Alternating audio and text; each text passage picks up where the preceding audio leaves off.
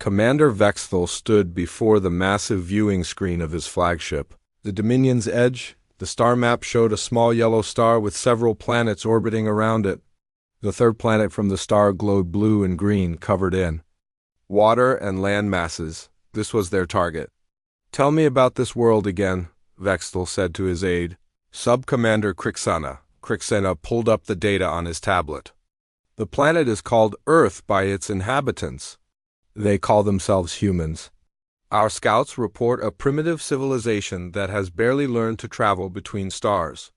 They still use chemical rockets for most of their space travel." Vexthal nodded slowly. "And their military capabilities?" "Limited, sir. They have no energy shields, no plasma weapons, and no quantum technology. Their most advanced weapons are nuclear missiles and kinetic projectiles. They are divided into many different nations that often fight each other." "Perfect," Vexthal smiled, showing his sharp teeth. "How long since they achieved spaceflight?" "Less than 100 of their years, sir." "They have a few small stations orbiting their planet and have sent primitive probes to nearby worlds in their system?" Vexthal walked to the tactical display table. Red dots showed the positions of his 200 warships. Each ship carried enough firepower to destroy a small moon. His fleet had conquered 47 worlds in the past decade. None had resisted for more than a few hours. "Their response to our arrival?" he asked.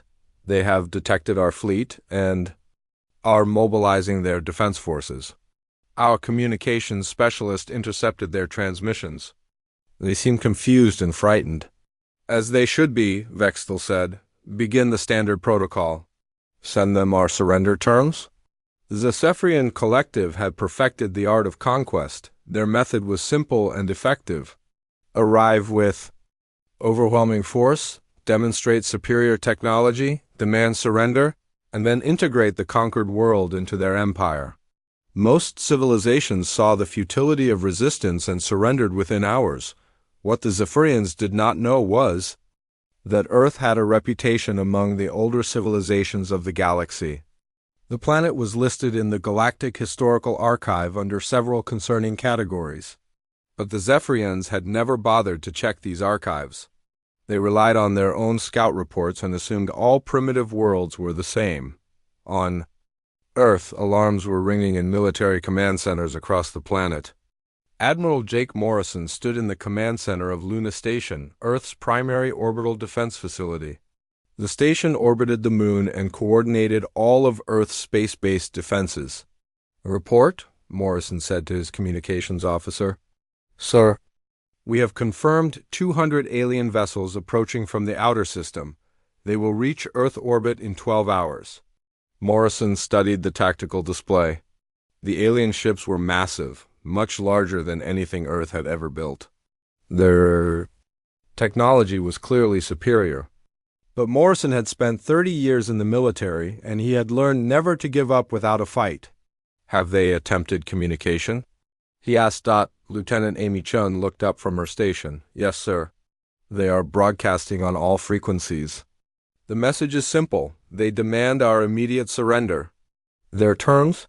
"Complete disarmament, dissolution of all military forces, and acceptance of their rule. They give us 6 hours to respond." Morrison walked to the window and looked out.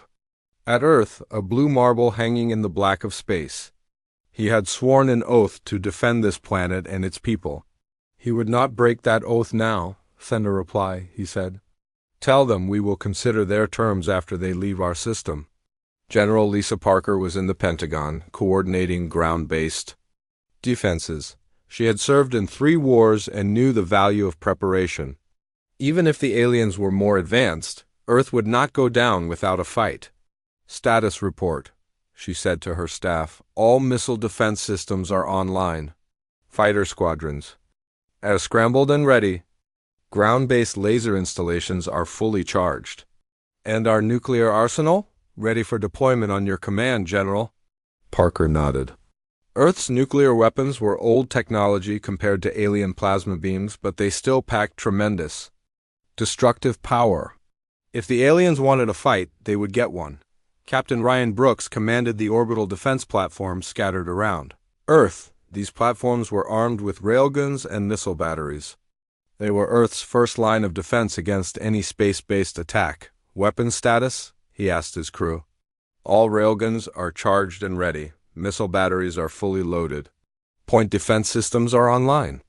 Brooks knew his platforms were outgunned, but they would make the aliens pay for every inch of space. The platforms were positioned to create overlapping fields of fire, making it impossible for enemy ships to approach Earth without taking heavy damage. Meanwhile, the alien fleet continued its approach. Commander Vexthal was confident in his overwhelming superiority. His ships carried plasma cannons that could melt through any known armor. His quantum disruptors could disable electronic systems from vast distances. His shields could deflect any primitive projectile weapon. Time to Earth orbit? He asked. 11 hours, sir. Any change in their defensive posture? They continued to deploy their forces. Our sensors detect increased activity around their orbital installations. Vexthal was not concerned. He had seen this before. Primitive species often made dramatic gestures of defiance before accepting the inevitable. It was better to let them exhaust themselves with futile preparations than to waste time negotiating. Continue monitoring their communications, he ordered. I want to know the moment they are ready to surrender. But Earth was not preparing to surrender. In underground bunkers and mountain fortresses, human scientists and engineers were working frantically to analyze the limited data they had on alien technology. Dr. Kevin Stone led a team at the Cheyenne Mountain Complex, trying to understand how the alien ships worked. Their ships emit unusual energy signatures, Stone reported to General Parker. The emission suggests they use some kind of plasma-based propulsion system. Can we exploit that? Parker asked. Possibly. If we can disrupt their plasma flow, we might be able to damage their engines.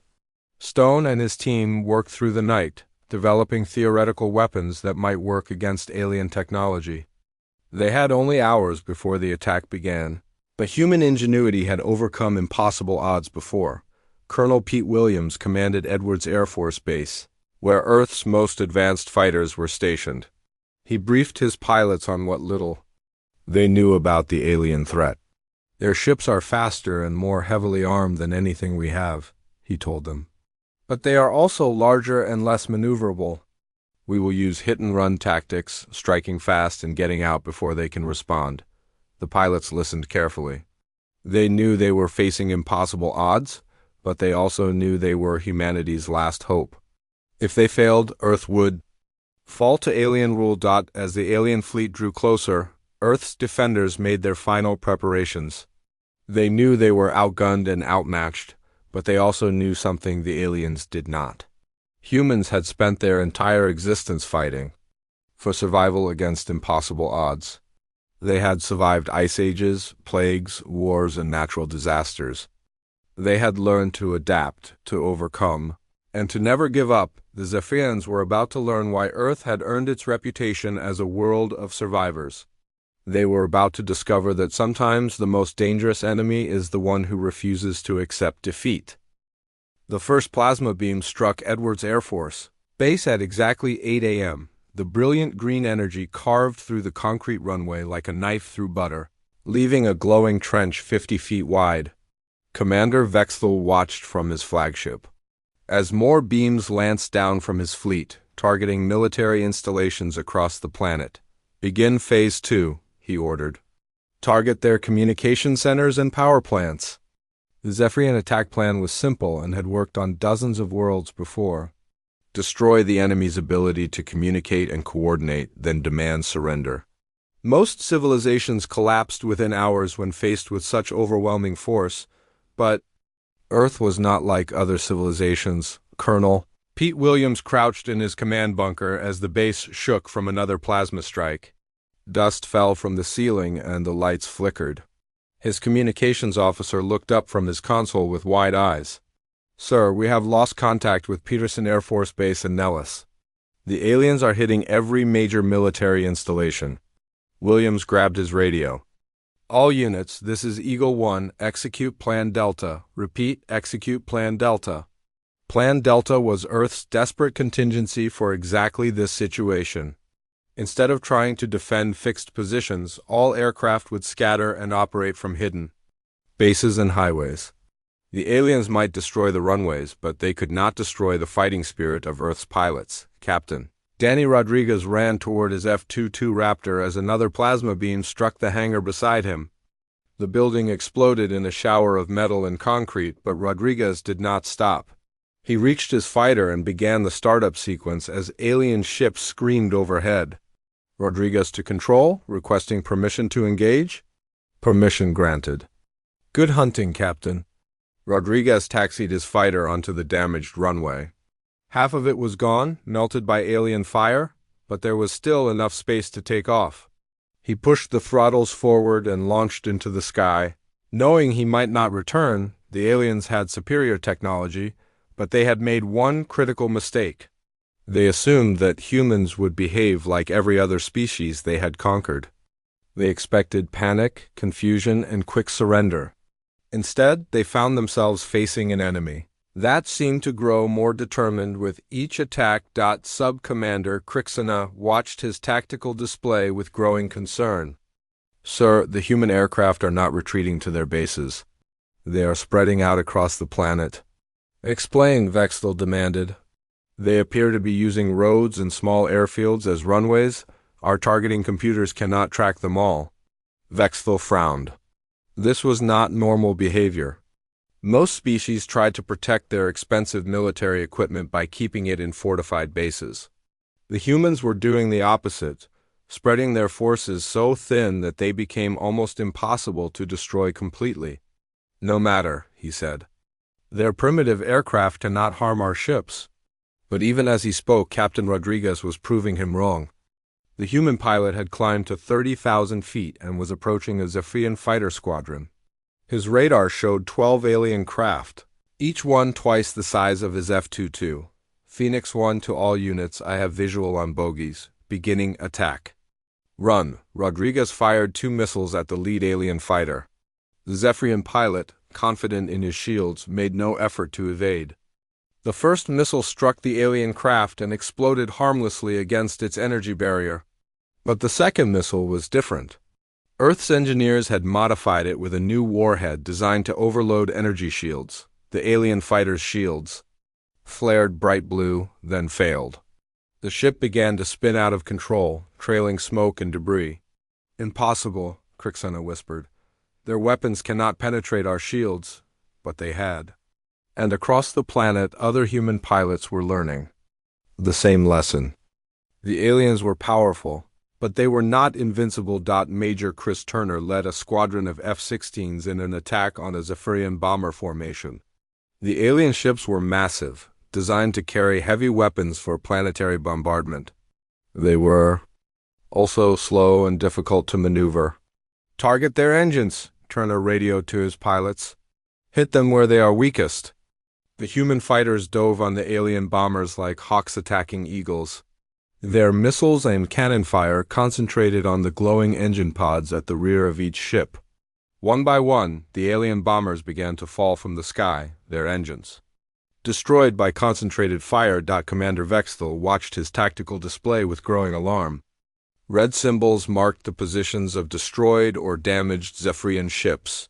In the first hour of combat, he had lost 12 fighters and 4 bombers. This was not supposed to happen. Sir, reported his weapons officer, the humans are using unusual tactics. They do not engage us directly. Instead, they attack in small groups, hit our weakest ships, and then retreat. Cowards, Vextel snarled. They lacked the courage to face us in proper battle, but it was not cowardice. It was intelligence. The humans had quickly realized that they could not win a direct confrontation with the alien fleet.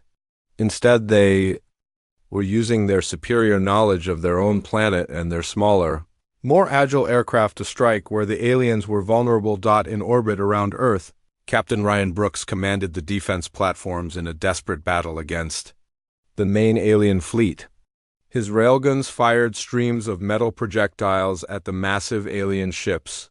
The projectiles moved at tremendous speed, but most were stopped by the aliens' energy shields. "Brooks to Luna Station," he radioed. "Our conventional weapons are not effective against their shields." Admiral Morrison watched the battle from his command center. The orbital platforms were taking heavy damage from alien plasma fire. 3 had already been destroyed, and the others were barely holding on. "Try the kinetic kill vehicles," Morrison ordered. The kinetic kill vehicles were Earth's most desperate weapon. They were simple chunks of metal with rocket engines attached. They carried no explosives, relying instead on pure kinetic energy to destroy their targets. The aliens' shields were designed to stop energy weapons, not solid objects moving at incredible speeds. Brooks launched 6 kill vehicles at the nearest alien cruiser. The ship's captain, confident in his shields, made no effort to evade. The first vehicle struck the ship's forward shield and was vaporized, but the impact overloaded the shield generator, and the second vehicle punched through the weakened barrier. The alien cruiser shuddered as the metal projectile tore through its hull. Atmosphere vented from the hole, and the ship began to list to one side. The third and fourth vehicles struck home, and the cruiser exploded in a brilliant fireball. "Direct hit," Brooks shouted. "Their shields cannot stop kinetic weapons." The news spread quickly through Earth's defense network. The aliens were not invincible. Their advanced technology had weaknesses that human ingenuity could exploit. On the surface, Dr. Kevin Stone worked frantically in his underground laboratory. His team had recovered wreckage from the first alien ships shot down by human fighters. They were analyzing the alien technology, trying to understand how it worked. "The plasma weapons use a focused magnetic field to contain the energy," Stone explained to General Parker over a secure video link. "If we can disrupt that field, the weapon will overload." "How do we disrupt it?" Parker asked. "Electromagnetic pulse. We can modify our nuclear weapons to produce a massive EMP burst. It will not destroy their ships, but it will disable their weapons and shields." Parker nodded. "Do it. We need every advantage we can get." As the battle raged on, the aliens began to realize they were facing something unprecedented. The humans were not behaving like any species they had encountered before. Instead of cowering in fear, they were fighting back with determination and creativity. Captain Rodriguez, now flying his third mission of the day, led an attack on an alien command ship. His first F-22 had been shot down, and his second had run out of fuel.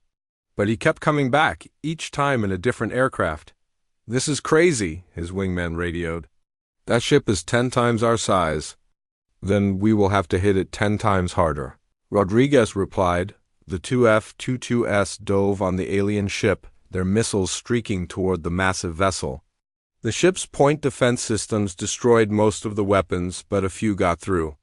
They struck the ship's sensor array, blinding it temporarily, but Rodriguez was not finished. As his missiles struck home, he pushed his fighter into a steep dive, aiming directly at the alien ship's bridge.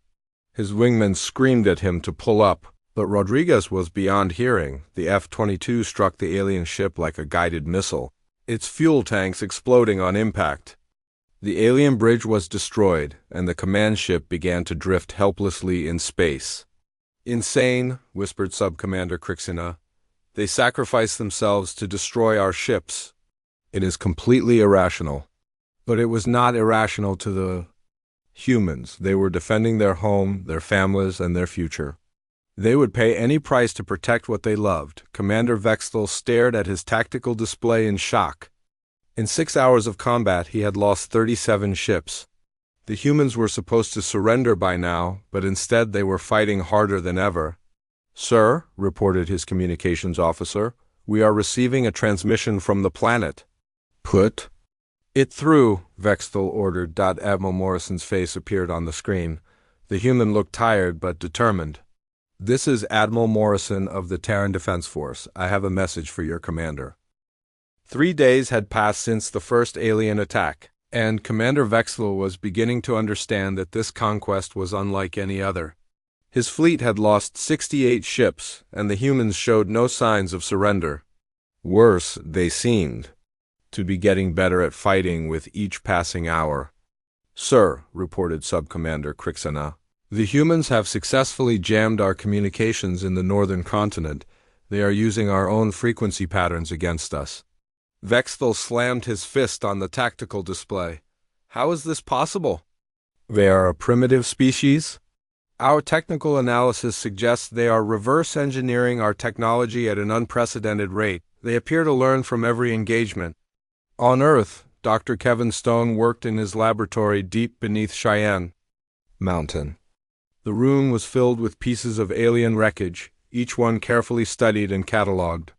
His team had been working for 72 hours straight, surviving on coffee and determination. The plasma conduits use a crystalline matrix to focus the energy, Stone explained to his exhausted team. If we can create a resonance frequency that matches the crystal structure, we can cause it to shatter. Dr. Susan Wright, Stone's second-in-command, looked up from her computer. I have been analyzing their shield generators. They use a rotating frequency pattern, but there is a gap every 3.7 seconds when the frequency shifts. How long does the gap last? Stone asked. Approximately 0.2 seconds. Long enough for a projectile to pass through if the timing is perfect. Stone smiled for the first time in days. Then we can hit them. We just need to time our attacks perfectly. The information was immediately sent to all human military units. Within hours, Earth's fighters were using the new data to devastating effect. They would wait for the shield gap, then strike with precision timing. Major Chris Turner led his squadron in an attack on a Zephyrian destroyer. His pilots had practiced the new timing technique for only 2 hours, but they were ready to put it to the test. Remember, Turner radioed to his team, wait for my signal. When I say fire, you have exactly 0.2 seconds to get your missiles through their shields. The F-16s approached the alien ship from multiple angles. Turner watched his timing display, counting down the seconds. 3.2. Fire! 6 missiles streaked toward the alien destroyer. The ship's shields flickered for just a moment, and all 6 missiles passed through the gap. The explosions tore through the ship's hull, and it began to break apart. It worked, shouted one of Turner's pilots. We got through their shields. But the humans were not just learning to fight the aliens. They were learning to use alien technology for themselves. Lieutenant Colonel Nancy White commanded a special operations team that had been tasked with capturing intact alien equipment. Target. The small scout ship, White told her team as they prepared for another mission. Intelligence says it made an emergency landing near Denver. The crew is probably still alive. White's team moved through the forest toward the crashed alien vessel. The ship was sleek and silver, about the size of a small airplane. Smoke drifted from its damaged engines, and strange lights flickered on its surface. Movement inside? Reported Sergeant Bob Martinez, White's demolitions expert. At least 2 aliens, possibly more. Remember, we need them alive, White said, and we need their ship in working condition. The team moved in carefully. The aliens inside the ship were trying to repair their engines, unaware that humans were approaching. White's team used stun grenades to disable the aliens without killing them, then quickly secured the vessel. This is incredible, said Lieutenant Tom Anderson, the team's technical specialist. Look at these control systems. They are completely different from anything we have ever seen.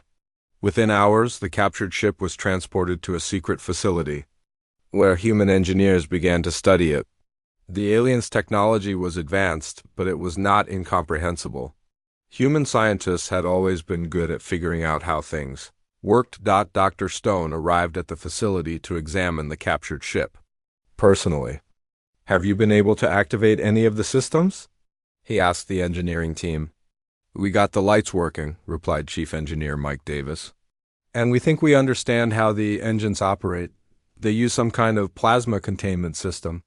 Can we fly it? Give us another day and we might be able to. The news that humans had captured an intact alien ship spread quickly through the Zephyrian fleet.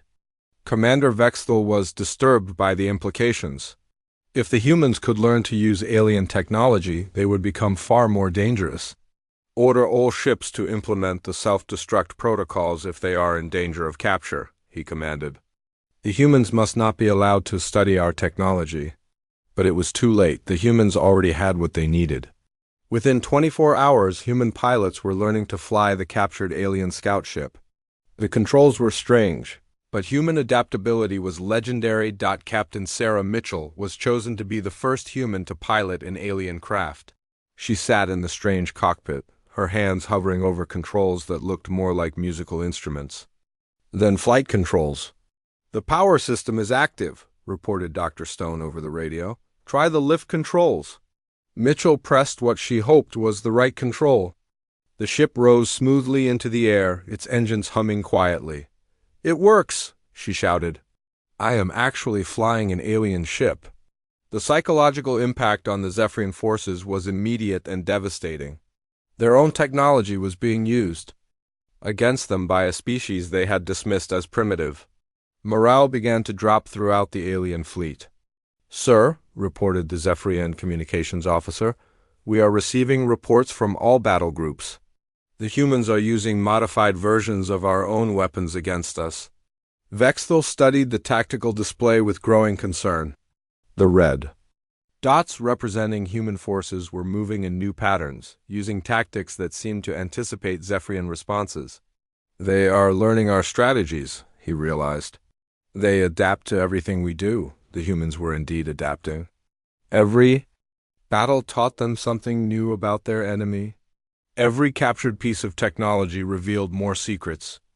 And with each passing day, they became more dangerous. Captain Ryan Brooks now commanded a mixed force of human and alien technology.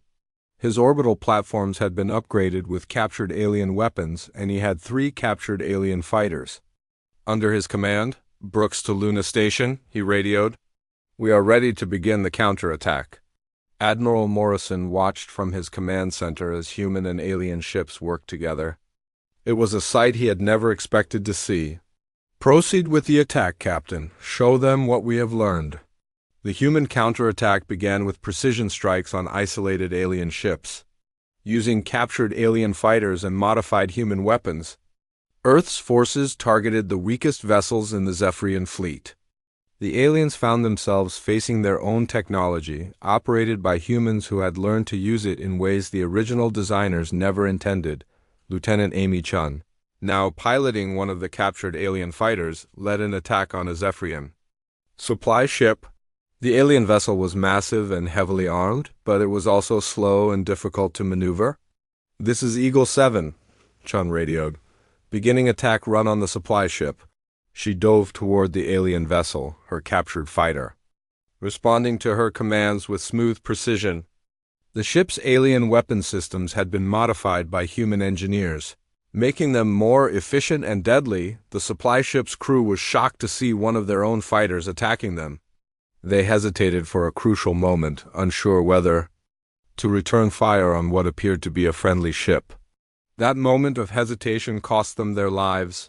Chun's modified alien weapons tore through the supply ship's hull, causing massive explosions that lit up the darkness of space. The ship broke apart in a brilliant fireball, its cargo of weapons and supplies destroyed. "Target destroyed," Chun reported. "These alien weapons are very effective when used properly." But the humans were not just using alien technology. They were improving it. Human engineers had discovered that many alien systems were over-engineered and inefficient. By simplifying the designs and removing unnecessary components, they could make the weapons more powerful and reliable. Dr. Stone's team had successfully reverse-engineered the alien plasma weapons and made them smaller and more efficient.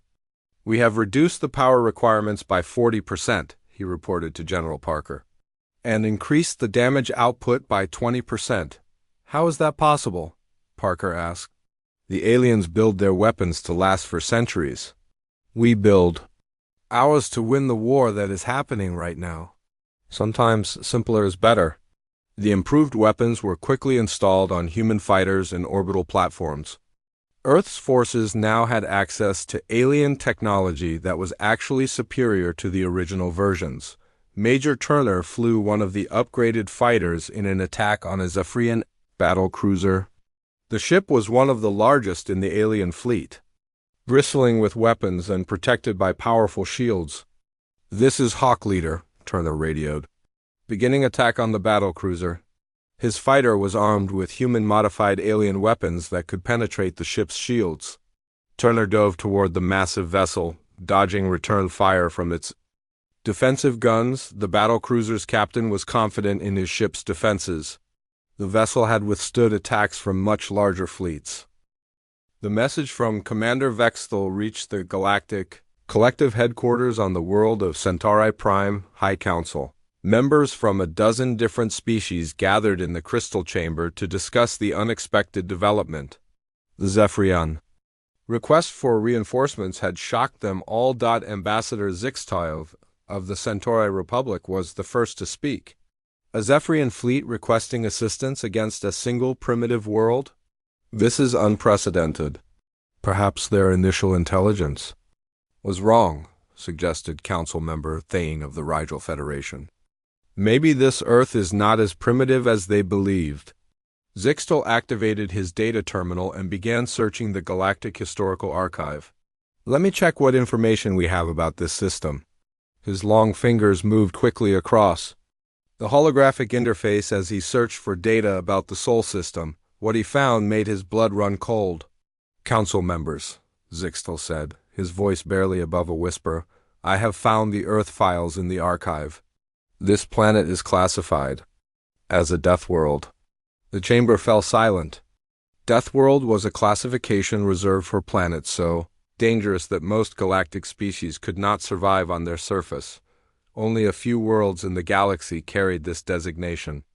"Explain," demanded Council Leader Vorth. Zixtal read from the ancient files. "Earth is a Class 9 death world.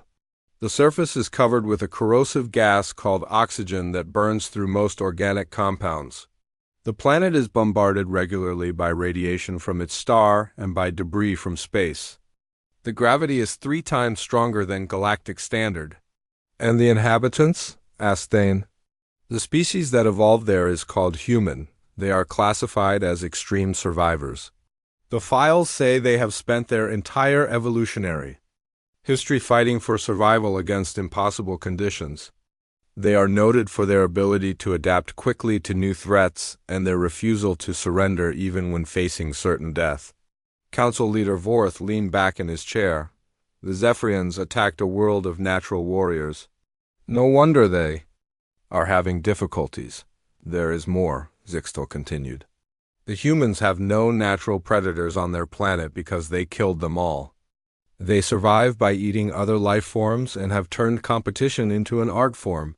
The files describe them as the most dangerous species ever encountered in their region of space."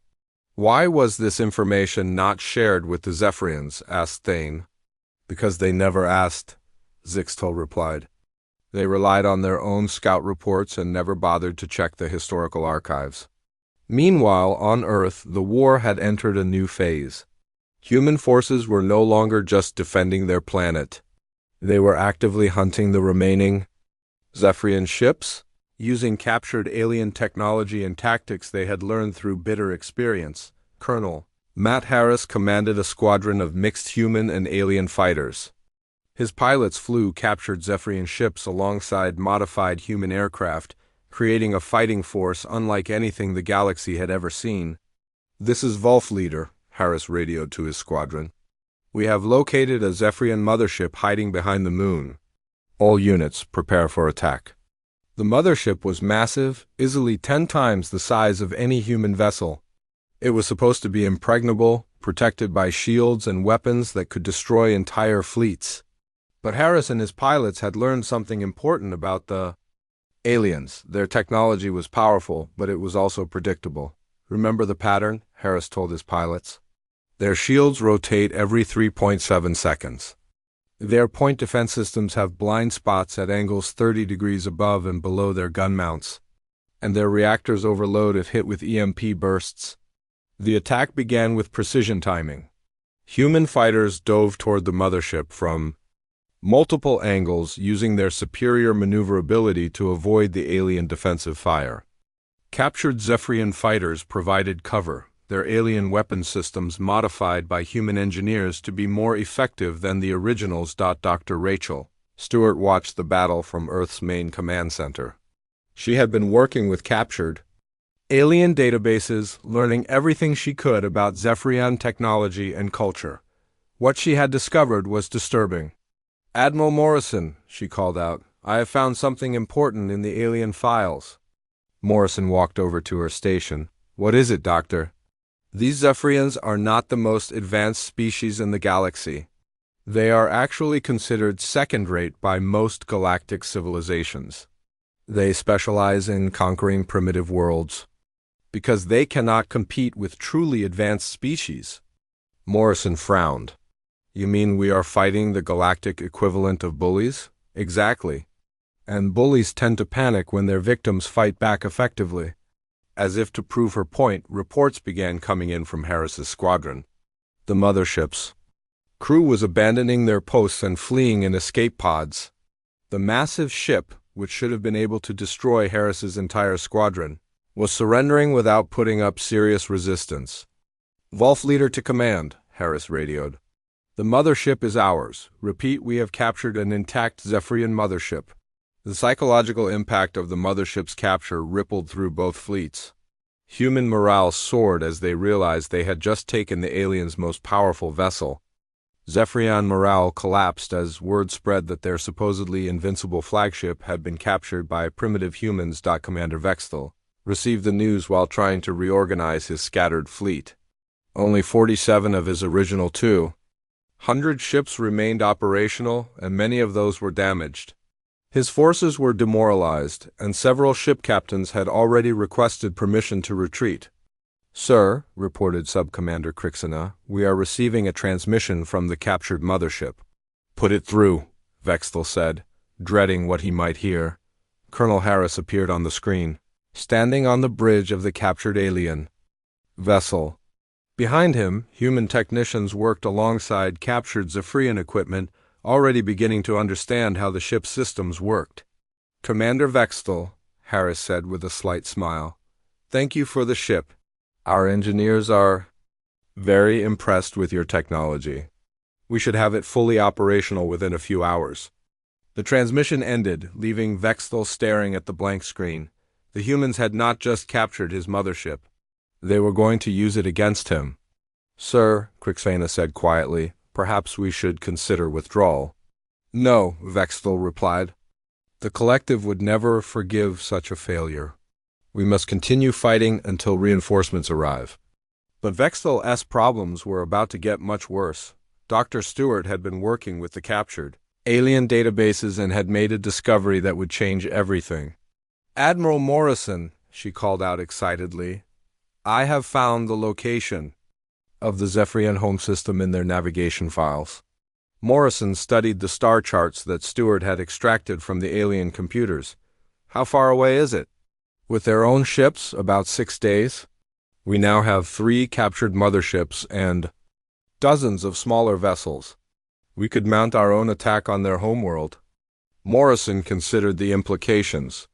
"You are suggesting we take the war to them? Why not? They attacked us without provocation. They destroyed our cities and killed our people. It is time they learned what it feels like to be on the receiving end." The idea was audacious, but it appealed to Morrison's sense of justice. The aliens had started this war, but perhaps it was time for Earth to finish it. Captain Tony Martinez had been promoted to command one of the captured motherships. The massive vessel was now crewed by humans who had learned to operate alien technology better than its original owners. Martinez stood on the bridge, looking out at the stars, knowing that Earth was about to take a step that would change its place in the galaxy forever. "Captain," reported his communications officer, "we are receiving new orders from Earth Command." "What are our orders?" "We are to proceed to the Zephyrian home system and demand their surrender," Martinez smiled. The tables had completely turned. The species that had come to conquer Earth was about to face invasion by the very people they had dismissed as primitive. "Set course for the Zephyrian home system," Martinez ordered. "Let us show them what humans do to bullies." As news of Earth's planned counterattack spread through space, other galactic civilizations began to take notice. The Andromedan Trade Federation, longtime rivals of the Zephyrians, watched with growing interest as reports came in about human military capabilities. These humans defeated a Zephyrian fleet, Admiral Texfer told his staff. Perhaps we should establish contact with them. Are they dangerous? Asked his aide. Very, but they seem to only attack those who attack them first. If we approach them peacefully, they might be valuable allies. Similar conversations were taking place throughout the galaxy. The news that a primitive species had not only defeated a Zephyrian invasion but was now planning to invade the Zephyrian home system was spreading rapidly. Earth's reputation was changing from unknown primitive world to dangerous military power on the galactic collective world of Centauri Prime. Ambassador Zixtel called an emergency session of the High Council. Fellow council members, he announced, we have a situation. The humans of Earth have not only defeated the Zephyrian invasion fleet, they have captured multiple Zephyrian vessels and are now planning to attack the Zephyrian home system. Council leader Vorth leaned forward. The human fleet dropped out of faster-than-light travel at the edge of the Zephyrian home system. Admiral Morrison stood on the bridge of the Terran Victory, looking at the tactical display showing dozens of alien worlds and space stations. This was the heart of Zephyrian space, supposedly impregnable and heavily defended. Scan for enemy ships, Morrison ordered. Captain Brooks worked at his station, using the captured alien sensors that human technicians had improved. Sir, I am detecting over 300 Zephyrian vessels in this system. They appear to be concentrated around their homeworld, Morrison nodded. The Zephyrians had called back their scattered fleets to defend their most important world. It would be humanity's greatest test yet. Open a channel to all human ships, Morrison commanded. This is Admiral Morrison. Today we finish what the Zephyrians started. They came to our world seeking easy conquest. Instead, they found humanity. Show them what that means. The human fleet consisted of 50 captured Zephyrian vessels, all modified and improved by human engineers, plus 30 hybrid ships that combined human and alien technology. Each vessel was crewed by humans who had learned alien systems in the heat of battle and made them work better than their creators ever imagined on the Zephyrian homeworld.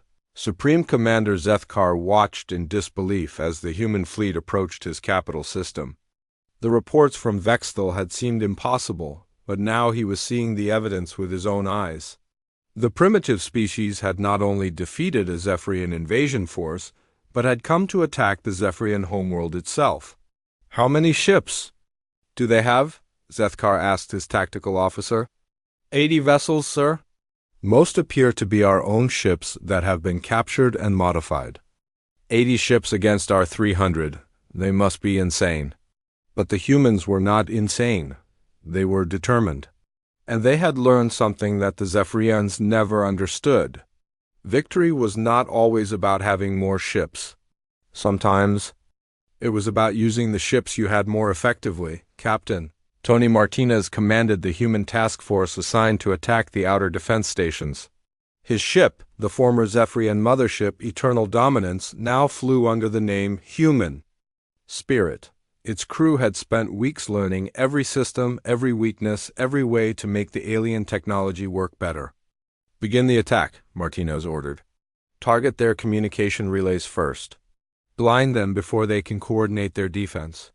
The human spirit's weapons, modified by human engineers, struck the Zephyrian defense stations with devastating accuracy. The aliens had built their defenses to withstand attacks from other Zephyrian ships. They were not prepared for weapons that had been redesigned by a species that specialized in finding weaknesses. One by one, the outer defense stations went silent. The Zephyrian fleet began to move toward the human ships, but their coordination was already breaking down. Without their communication network, the alien commanders could not effectively control their large fleet. Supreme Commander Zethkar realized his defenses were failing. All ships attack Formation 7. Concentrate fire on their largest vessels. But the human fleet did not fight like any enemy the Zephyrians had faced before. Instead of meeting the alien fleet head-on, the human ships scattered and began attacking from multiple directions. They used the same hit-and-run tactics that had proven so effective at Earth, striking fast and then disappearing before the aliens could respond. Captain Helen Davis commanded a squadron of captured Zephyrian fighters that had been extensively modified by human engineers. Her pilots flew the alien ships with a skill that amazed even themselves, using maneuvers that the original designers had never considered possible. "Gold Squadron, this is Gold Leader," Davis radioed. "We have 6 enemy cruisers moving toward the Admiral's position.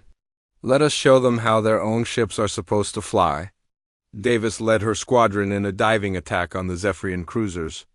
The alien ships fired their defensive weapons, but the human pilots knew exactly how those weapons worked and how to avoid them. They had studied captured Zephyrian tactical manuals and learned the weaknesses in their own defensive systems. The modified human weapons tore through the cruiser formation, destroying 3 ships and damaging the others. The surviving Zephyrian vessels retreated in confusion, unable to understand how their own technology was being used against them so effectively. On the human flagship, Dr. Rachel Stewart monitored communications from the Zephyrian fleet. She had learned their language from captured databases and was listening to their tactical transmissions. "Admiral," she reported, "the enemy commanders are panicking. They keep asking each other how we learned to use their technology so well." Morrison smiled grimly. "Tell me what they are saying." Stewart listened through her earpiece for a moment. "One commander just reported that our ships are flying impossible maneuvers. Another is demanding to know why their weapons are not working properly against us. And the answer? We have improved their weapons and learned to fly their ships better than they ever could." The battle continued for 6 hours, but the outcome was never really in doubt. The Zephyrian fleet was larger, but it was fighting an enemy that understood their technology better than they did. Human pilots flew captured alien ships with deadly precision, while human engineers had modified those ships to be more effective. Then the originals. By the end of the battle, 2/3 of the Zephyrian fleet had been destroyed or captured. The remainder fled to the outer system, their morale completely broken. The supposedly invincible Zephyrian home system had fallen to a species they had dismissed as primitive. Supreme Commander Zethkar stood in his command center, staring at the tactical display in defeat. His fleet was scattered, his defenses were destroyed, and human ships were approaching his homeworld. "Sir," reported his communications officer, "we are receiving a transmission from the human fleet." "Put it through," Zethkar said wearily. "Admiral." Morrison appeared on the screen, standing calmly on the bridge of the captured Zephyrian flagship. "Supreme Commander Zethkar, I am Admiral Morrison of the Terran Defense Force. Your fleet is defeated, your defenses are destroyed, and your homeworld is defenseless. I offer you the same terms you offered us. Surrender immediately." Zethkar looked around his command center at his defeated staff. "And if we refuse?" Morrison's expression remained calm but determined. "Then we will demonstrate why attacking Earth was the worst mistake your species ever made." The transmission ended. Zethkar stared at the blank screen for a long moment, then slowly reached for his communications controls. "This is Supreme Commander Zethkar to all Zephyrian forces. Stand down. We surrender." The news of the Zephyrian surrender spread throughout the galaxy within hours. The species that had been unknown just 2 weeks ago had not only defeated a major galactic power but had conquered their homeworld. Earth's reputation as a dangerous military force was now established beyond question. On Centauri Prime, the Galactic Collective High Council called an emergency session. Ambassador Zixta addressed the assembled representatives with unprecedented urgency. "Fellow council members, the humans have achieved something that was thought impossible. They have conquered the Zephyrian Empire in less than 2 weeks. We must establish diplomatic relations immediately." Council Leader Vorth nodded slowly. "Prepare a diplomatic mission. We will offer them full membership in the Galactic Collective." "Sir," asked Thane, "what if they refuse?" "Then we will offer them whatever they want to remain friendly. These humans have proven they are the most dangerous military force in our region of space. Back on Earth, Admiral Morrison received reports from across the galaxy. Dozens of alien civilizations were requesting diplomatic contact. Some offered trade agreements, others offered technology exchanges, and several wanted to hire human mercenaries for their own conflicts. It seems our reputation has spread, Morrison told his staff. Half the galaxy wants to be our ally, and, the other half is afraid we will attack them next. General Lisa Parker reviewed the diplomatic requests. The Andromedan Trade Federation is offering us exclusive trading rights. The Rigel Federation wants a mutual defense pact. And the Centauri Republic is offering us full membership in the Galactic Collective. What about the Zephyrians? Morrison asked. They are requesting permission to send a delegation to Earth to negotiate a formal peace treaty. They seem very eager to avoid any further conflict with us. Morrison walked to the window and looked out at Earth, the blue and green world that had proven itself capable of defeating galactic empires. Schedule meetings with all the diplomatic missions. But make sure they understand that Earth will not be conquered, bullied, or threatened. We are peaceful, but we are not weak. Dr. Kevin Stone had been promoted to head Earth's new Xenotechnology division. His team was responsible for studying and improving the vast collection of alien technology that Earth had captured during the war. They had already made breakthrough discoveries that would advance human civilization by centuries. Admiral, Stone reported, we have successfully reverse-engineered Zephyrian faster-than-light engines. We can now build our own interstellar ships. How long before we have a fleet of purely human vessels? Morrison asked. 6 months for the first ship. Within 2 years, we could have a fleet of 100 vessels, all using improved human versions of alien technology.